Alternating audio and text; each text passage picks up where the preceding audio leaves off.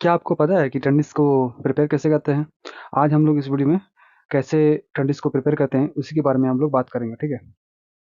सबसे पहले जान लेते हैं कि टंडिस होता क्या है, ठीक है? तो टंडिस क्या है? ये जो है लैडल और मोल्ड के बीच एक बफर की तरह एक्ट करता है, जो कि कास्टिंग स्पीड को कंट्रोल करने का काम करता है, ठीक है? ये एक रिजर्वॉयर होती है जो कि लैडल से जो मेटल आके वो टंडिस में गिरती है और फिर टंडिस से सबमर्ज एंटी नोजल के द्वारा, जिसको हम लोग शॉर्ट फॉर्म में सैन बोलते हैं, उसके थ्रू मोल्ड में जाके पोर होती है, ठीक है? टंडिस जो है ये हेल्प करती है नॉन मेटालिक इंक्लूजन्स को इंक्लूड करने में और हाई क्वालिटी प्रोडक्ट्स को देने में, ठीक है? नेक्स्ट देखिए, टंडिस को प्रिपेयर करने के लिए ये कुछ स्टेजेस हैं। पहले होता है टंडिस फ्रॉम कास्टर, जो कि सीसीपी से इसको निकाला जाता है कास्टिंग के बाद। फिर उसका डिस्कलिंग किया जाता है, फिर कूलिंग किया जाता है, फिर बैकअप लाइनिंग किया जाता है, वर्किंग लाइनिंग किया जाता है, फिर टंडिस में स्प्रे किया जाता है, फिर सैन फिक्स किया जाता है, एमडीएस फिक्स करते हैं। उसके बाद टंडिस रेडी हो जाता है फिर से यूज़ करने के लिए। पहले जानते हैं कि डिस्कलिंग होता क्या है, ठीक है?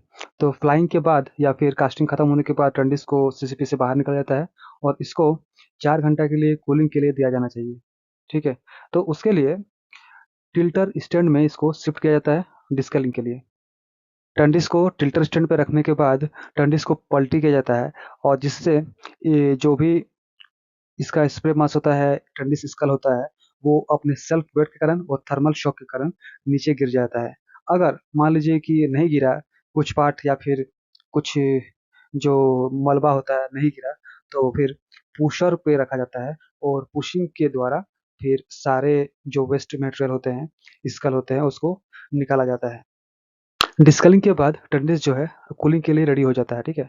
और ये कूलिंग के लिए जो फैन है टंडिस के ऊपर लगाया जाता है। नेक्स्ट बात करते हैं टंडिस के लाइनिंग के बारे में, ठीक है? तो there are 3 types of lining of tundish. पहला है इंसुलेशन लाइनिंग, दूसरा है टंडिस बैकअप लाइनिंग और तीसरा है टंडिस वर्किंग लाइनिंग। इंसुलेशन लाइनिंग हम लोग नहीं पढ़ेंगे, हम लोग बात करेंगे टंडिस बैकअप लाइनिंग और टंडिस वर्किंग लाइनिंग के बारे में। देखिए, टंडिस बैकअप लाइनिंग के लिए हमें जो टंडिस का स्टील शेल है उसको एम्प्टी रखा जाता है, ठीक है? जो भी टंडिस का शेल होता है वो क्लीन होना चाहिए और जो भी अन्य पदार्थ होते हैं, जो मलबा होता है, वो भी क्लीन होना चाहिए, ठीक है? अगर कोई टंडिस में मैकेनिकल रिपेयर का ज़रूरत है, तो वो भी होना चाहिए। जो वेंट होल्स होते हैं, वो भी क्लीन होने चाहिए ताकि जो हीटिंग होता है टंडिस में, तो स्टीम जो है उससे बाहर निकल सके, ठीक है? उसके बाद हम लोग इंसुलेटिंग बोर्ड फिक्स करते हैं जो कि 1000 इंटू 500 इंटू 35 डायमेंशन का होता है, जो कि टंडिस के इनर सरफेस से चिपका हुआ रहता है, ठीक है? किससे? स्टिकिंग पेस्ट या फिर बिटुमिनस पेंट से। एंकर्स को शेल में वेल्ड किया जाता है और एक दूसरे से इक्वल डिस्टेंस पे प्लेस किया जाता है, ठीक है? इसको परमानेंट लाइनिंग से सपोर्ट प्रोवाइड करने के लिए ऐसा किया जाता है, ठीक? एंकर्स जो हैं वो बिटुमिनस पेंट से कोटेड होते हैं, ये अलाउ करने के लिए कि डिफरेंशियल एक्सपेंशन वहाँ पे हो रहा है स्टील और कास्टेबल लाइनिंग के बीच। बैकअप लाइनिंग जो है वो बॉटम में 190 mm, साइड वॉल 180 mm और मटेरियल जो है ये 70% लो सीमेंट कास्टेबल होते हैं। वर्किंग लाइनिंग जो कि हम लोग अभी पढ़ने वाले हैं, उसमें बॉटम और साइड वॉल दोनों 45 mm का होता है और इसमें मटेरियल जो होता है वो 85% मैग्नीशियम ऑक्साइड बेस्ड स्प्रे मास होता है, ठीक है?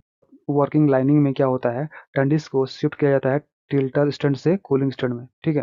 फिर टंडिस को कूल किया जाता है 3 to 4 आवर्स के लिए, ठीक है? स्प्रिंग टेम्परेचर होता है 70 to 90 डिग्री सेल्सियस। उसके बाद टंडिस को शिफ्ट किया जाता है कूलिंग स्टैंड से स्प्रे स्टैंड में, ठीक है? फिर अगर कुछ डेब्रिस होता है तो उसको फिर से क्लीन किया जाता है। उसके बाद न्यू फर्नीचर फिक्स करते हैं।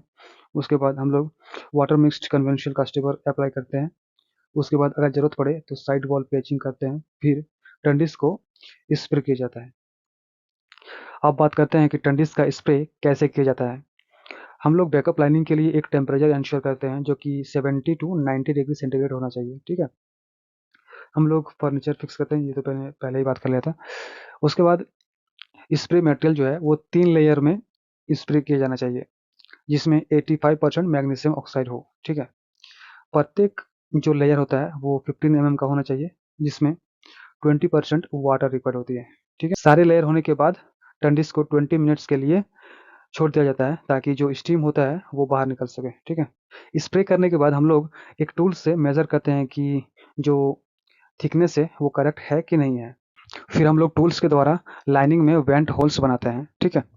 एक बार स्प्रे कंप्लीट हो जाए उसके बाद टंडिस को हम लोग एयर ड्राइंग के लिए छोड़ते हैं, जो कि 30 टू 45 मिनट्स के लिए होता है। फिर उसके बाद 3 आवर्स के लिए छोड़ देते हैं टंडिस ड्रायर में, जो कि 350 डिग्री सेंटीग्रेड में हीट करता है, ठीक है। अब बात करते हैं सबमर्ज एंटी नोजल। ये क्या होता है?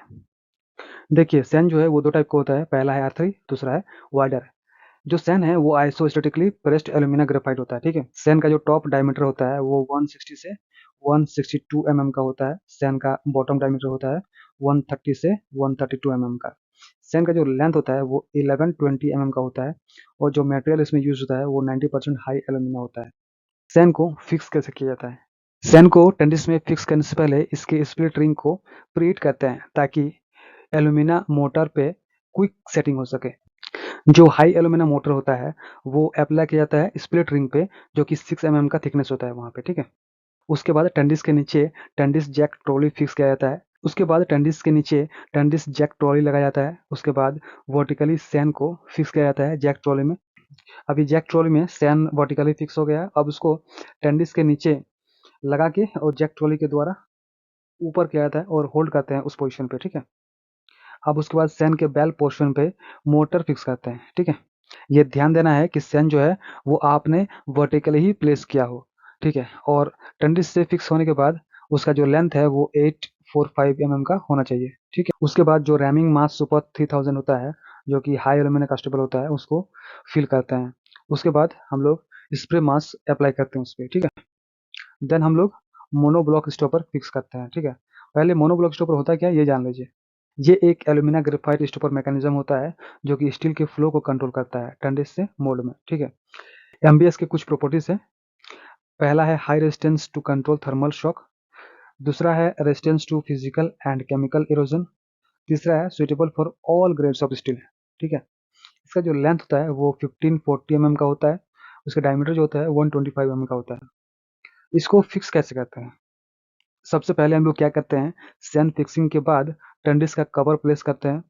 उसके बाद हम लोग स्टॉपर रड मैकेनिज्म, जिसको शॉर्ट फॉर्म में एसआरएम भी बोलते हैं, उसको फिक्स करते हैं, ठीक है। उसके बाद हम लोग स्टॉपर को एसआरएम में फिक्स करते हैं और हम लोग चेक करते हैं कि जो स्टॉपर है वो सैन के ऊपर पोर्शन पे लगा हुआ है, ठीक है। अभी टंडिस जो है वो रेडी हो चुका है कास्टिंग प्लेटफॉर्म में जाने के लिए। कास्टिंग से पहले टंडिस को फिर से हम लोग कास्टिंग प्लेटफॉर्म में हीट करते हैं, जो कि 1125 डिग्री सेंटीग्रेड पे होता है और 90 मिनट्स के लिए, ठीक है। सैन को भी सेम 1125 डिग्री सेंटीग्रेड पे और 90 मिनट्स के लिए हीट करते हैं आर्गन गैस के द्वारा, ठीक है। अभी टंडिस जो है वो रेडी हो चुका है। जो एमबीएस का और सैन का लाइफ होता है वो 24 आवर्स होता है। दोस्तों, इस वीडियो को बनाने में काफ़ी मेहनत लगी है, तो आई होप आपको बहुत अच्छा लगा होगा ये कंटेंट। अगर हमारा कंटेंट आपको अच्छा लगता है तो इस वीडियो को ज़रूर से लाइक कीजिए, इसे अपने दोस्तों के साथ शेयर कीजिए और हमारे चैनल को सब्सक्राइब जरूर कर लीजिएगा।